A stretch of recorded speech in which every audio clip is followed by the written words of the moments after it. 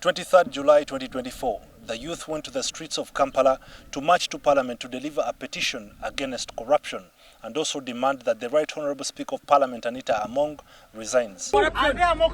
We are fighting corruption. Anita must resign. We say Anita must resign. Their efforts were cut short after over 50 were arrested, arraigned before the courts of law and spent a night in prison. Jackson Bakari Kwira, an assistant commissioner in the Ministry of ICT and National Guidance, argues that the youth opted to demonstrate because there is a disconnect between the citizens and the leaders. To me, with that kind of spark, we have really seen that now we need to do more work than we have been doing. We need to move everywhere, teach the Ugandans about how they can be able to resolve their contradictions. We don't need to go and demonstrate. MPs are elected by them, and therefore put pressure on your MPs if what we are really complaining about is what we think we should do. We have really seen that now we need to do more work than we have been doing. We need to move everywhere, teach the Ugandans about how they can be able to resolve their contradictions. He acknowledges that social media has played a role in driving the youth narrative, but calls for more empowerment in achieving proper accountability. They are seeing what has been happening in Kenya. They see what happens in South Africa. When Malema talks, everybody thinks that now, yes, that's the best way to go. But then, how are we questioning our youth to understand that that's there, but for us we have our structures and our systems that can help us deliver our feelings to the necessary agencies to take the necessary action.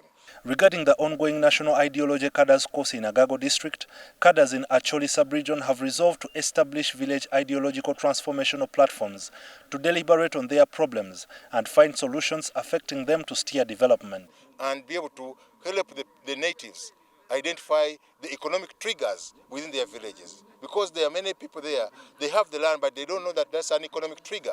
So when they can tell them how they can interlink and utilize the land very well. Look at now enterprise that can establish within the land, within the resources they have, which can add money and put money in their pockets. Then we shall be able to move. Levels of poverty in northern Uganda stand at over 60% despite investments by government to transform livelihoods.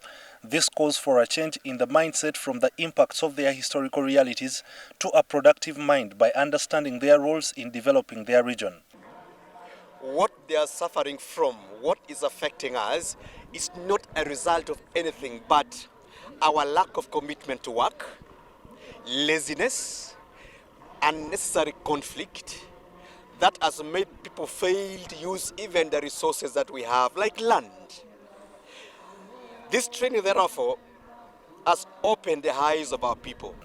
Dr. Amina Zawede, the Permanent Secretary for the Ministry of ICT and National Guidance, delivered a presentation on how technology can be used as a tool to development in Acholi sub-region. We have put in effort through the Ministry of ICT. We have a World Bank funded project called the Uganda Digital Acceleration Program. That program is aimed at strengthening and improving and expanding connectivity in this country. So far, we have had connectivity efforts, and we have had projects that have extended connectivity up to the sub-county level. Now, with the project that we are implementing right now that will end, it has commenced and will end in May 2026. We are strengthening connectivity, ensuring that we are connecting schools, connecting hospitals, and expanding connectivity of government offices. Acholi sub-region is one of those that are going to benefit from this program and from this project. So we expect that by 2026, the situation will have got better. The Permanent Secretary encouraged members to embrace digital transformation as a tool to support their business models and ideas. We have gathered 430 leaders of Acholi region who we are educating and training on how to support their communities to grow and harness programs like the PDM program, to take advantage of digitization, to promote and support their region, and also to promote the way they do business in their region. Ivan Kahwa, UBC News in Agago district.